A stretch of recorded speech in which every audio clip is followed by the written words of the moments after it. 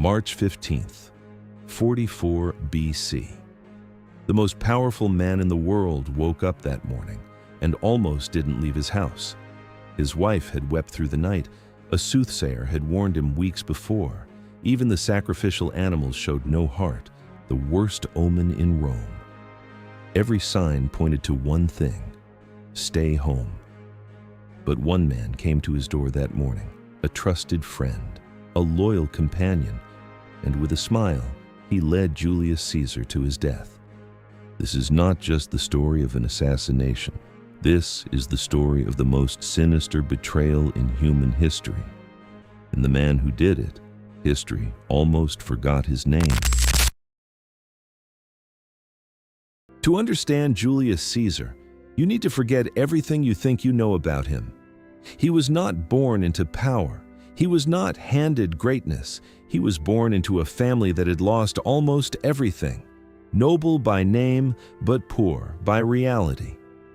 In the brutal world of Roman politics, that meant nothing. But even as a young man, Caesar was different. At 20 years old, while sailing across the Mediterranean, his ship was seized by pirates. They demanded a ransom of 20 silver talents. Caesar laughed. He told them 20 was an insult. He was worth at least 50. The pirates, confused but impressed, agreed. While waiting for the ransom to arrive, Caesar lived among them for 38 days. He wrote poetry and read it to them. When they didn't applaud, he called them uneducated barbarians. He joined their games. He slept when he wanted. And every single day, he told them the same thing with a smile. When I am free, I will come back and crucify every one of you. They laughed. They thought he was joking. He wasn't. The moment the ransom was paid and Caesar was free, he raised a fleet, hunted every single pirate down, and had them all crucified. This was Julius Caesar at 20 years old, not a politician, not yet a general, just a young man who never forgot a promise and never backed down from a threat. Caesar survived the pirates, and from that moment, nothing could stop him. He climbed through Roman politics like a man possessed, lawyer, priest, governor, general. Each step calculated, each move deliberate. But it was war that made him a legend. For 8 years, Caesar fought in Gaul, modern-day France, Belgium, parts of Germany. Territory Rome had never controlled. The numbers are staggering. Over 800 cities captured, over 1 million people killed, another 1 million enslaved. His soldiers didn't just follow him, they worshipped him. He knew every officer by name. He ate what they ate. He slept where they slept. When they were cold, he was cold. When they bled, he bled. Back in Rome, the people loved him. But the Senate watched with growing terror, because Caesar was no longer just a general. He was becoming something Rome had not seen in centuries, a man the entire army would die for. And then, in 49 BC, Rome ordered him to disband his army and return home. Caesar stood at the banks of the Rubicon River, a small, shallow river, meaningless to look at. But crossing it with an army was treason, punishable by death. He stood there in silence. His generals waited, his soldiers waited, the entire Roman Republic waited. And then Caesar said words that have echoed through history. The die is cast. He crossed the river, and Rome would never be the same again. Within months, his enemies fled. His rivals surrendered. Even the great Pompey, once Rome's most powerful general, ran. Caesar had won. But winning, as he would soon discover, was the most dangerous thing he ever did. Caesar had won. But victory brought something unexpected: fear, not his own fear, the fear of others. The Roman people adored him. He gave land to the poor. He reduced their debts. He created jobs for the unemployed. For ordinary Romans, Caesar was hope itself. But inside the Senate, the air was different. Caesar was declared dictator, first temporarily, then for life. He sat on a golden throne. Statues of him were built across the city. His face was stamped on coins. People began treating him like a god, and for certain senators, this was terrifying.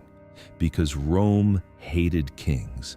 Centuries ago, Romans had driven out their last king and sworn an oath, never again would one man rule Rome alone.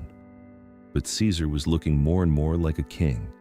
And the worst part, he wasn't hiding it. At a Roman festival, the crowd tried to place a royal crown on his head. Caesar refused, but many believed, very reluctantly. That day, a question hung in the air of the Senate. If we don't stop him today, tomorrow will be too late. And that question was the beginning of the darkest plan Rome had ever seen. The plan grew slowly. First 2 men, then 4, then 10, until finally 60 senators. They called themselves the Liberators. They believed they were saving Rome from tyranny. But the most important question was not how, it was who. And 2 names emerged.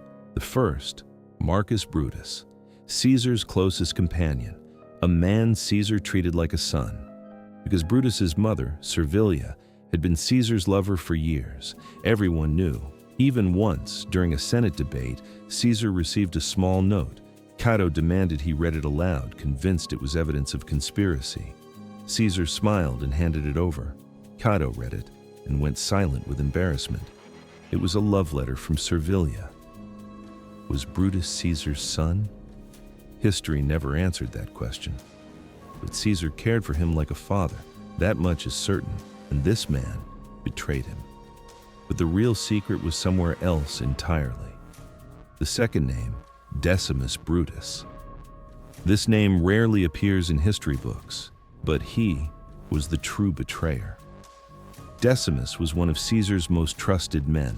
Caesar had included him in his will. He could enter Caesar's home at any time. Caesar never suspected him, not even for a moment. The conspirators needed Brutus for his name, for the symbol. But without Decimus, the plan would never have worked, because only Decimus could bring Caesar out of his house that morning. And he did. There was one more dark detail about the plan.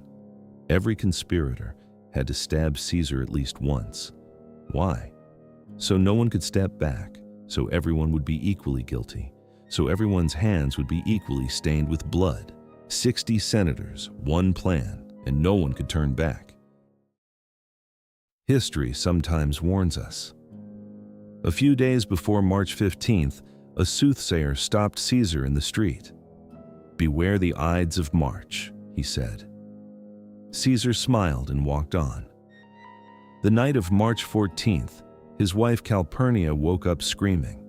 She had dreamed of Caesar's statue weeping blood.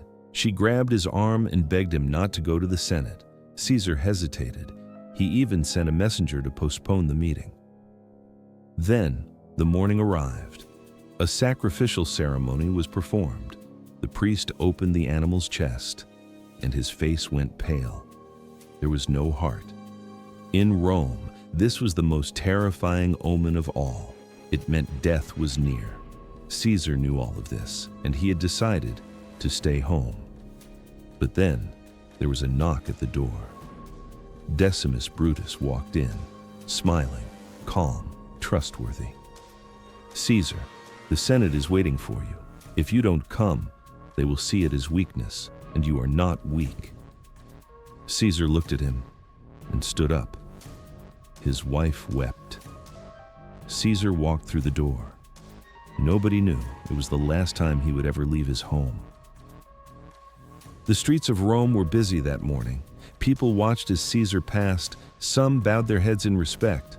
Others simply stared. On the way, another warning was handed to him. Someone had written down the details of the conspiracy. A small note pressed into his hand. Caesar took it, but didn't read it. He held it in his hand and walked into the theater of Pompey.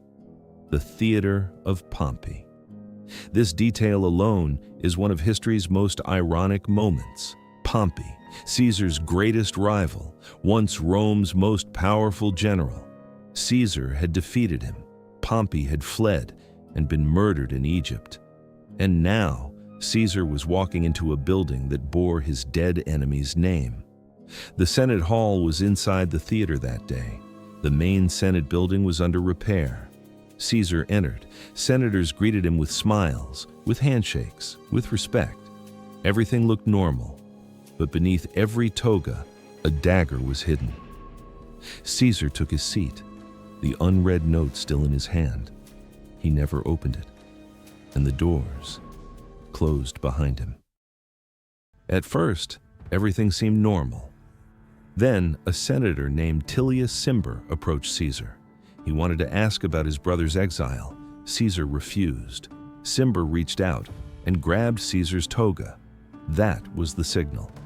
In an instant, senators surged forward from every direction.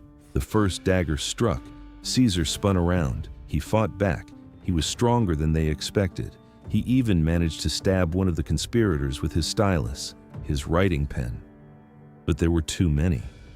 The daggers came one after another. Every conspirator had to strike at least once. The attack was so chaotic, so panicked, that the conspirators began wounding each other in the frenzy. This was not a perfect assassination. This was blood, panic, chaos. And then Caesar saw Brutus, the man he had treated like a son, the son of Servilia, the woman he had loved for decades. History's most famous words were spoken in that moment, not in Latin, in Greek. Kai su teknon. You too, my child. Shakespeare wrote it as et tu, Brute, and the world remembered it that way. But the real words were far more heartbreaking. He called him child. After that, Caesar stopped fighting. He pulled his toga over his face and fell at the base of Pompey's statue. 23 stab wounds, but only one had killed him. A single blade beneath the left shoulder that reached his heart. Whose hand held that blade? Nobody knows. Nobody will ever know.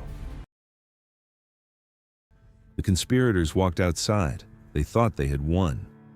"Rome is free!" they shouted. But the streets were silent. The people were not cheering. They were afraid. These were people who had loved Caesar. And then Mark Antony spoke. Antony had been Caesar's most loyal general. The conspirators had debated killing him too, but decided against it. That decision was their greatest mistake. Antony stood beside Caesar's body and began to speak. He didn't directly accuse the conspirators, but with every sentence, the crowd's anger grew. He read Caesar's will aloud. Caesar had left money to every Roman citizen. The crowd wept. Then they raged. The conspirators were forced to flee Rome. Brutus and Cassius raised armies, but Antony and Octavian, Caesar's nephew, crushed them at the Battle of Philippi. Brutus fell on his own sword. Decimus was killed while fleeing. Of the 60 senators, not one died peacefully. They had killed Caesar, but in doing so, they had killed themselves too. They killed Caesar, but in doing so, they killed Rome itself. Shortly after his death, a great comet appeared in the sky. The Roman people believed it was Caesar ascending to the heavens. He became the first Roman citizen in history to be declared a god. His name lived on far beyond his death. Kaiser, Tsar, Caesar. For centuries, his name became the title of rulers across the world. The calendar he reformed is still used today. And in the Roman Forum today, there's a small, simple altar. No grand tomb, no inscription, just the spot where his body was cremated. But every single day, someone leaves fresh flowers there, 2,000 years later. He has no grave, but he's not forgotten. And history still has not answered one question. If Decimus had not knocked on that door that morning, if Caesar had stayed home, what would have happened? Would the Roman Republic have survived? Would Caesar have become king? Nobody knows, but one thing is certain: 60 senators killed one man, and in doing so, changed the entire world. If this story moved you, subscribe, because next time we go even deeper into the moments that changed everything. And I have two questions for you. Who do you think was the real betrayer, Brutus or Decimus? And if Decimus had never come to that door, how would history have changed? Leave your answer in the comments. Let's see what everyone thinks.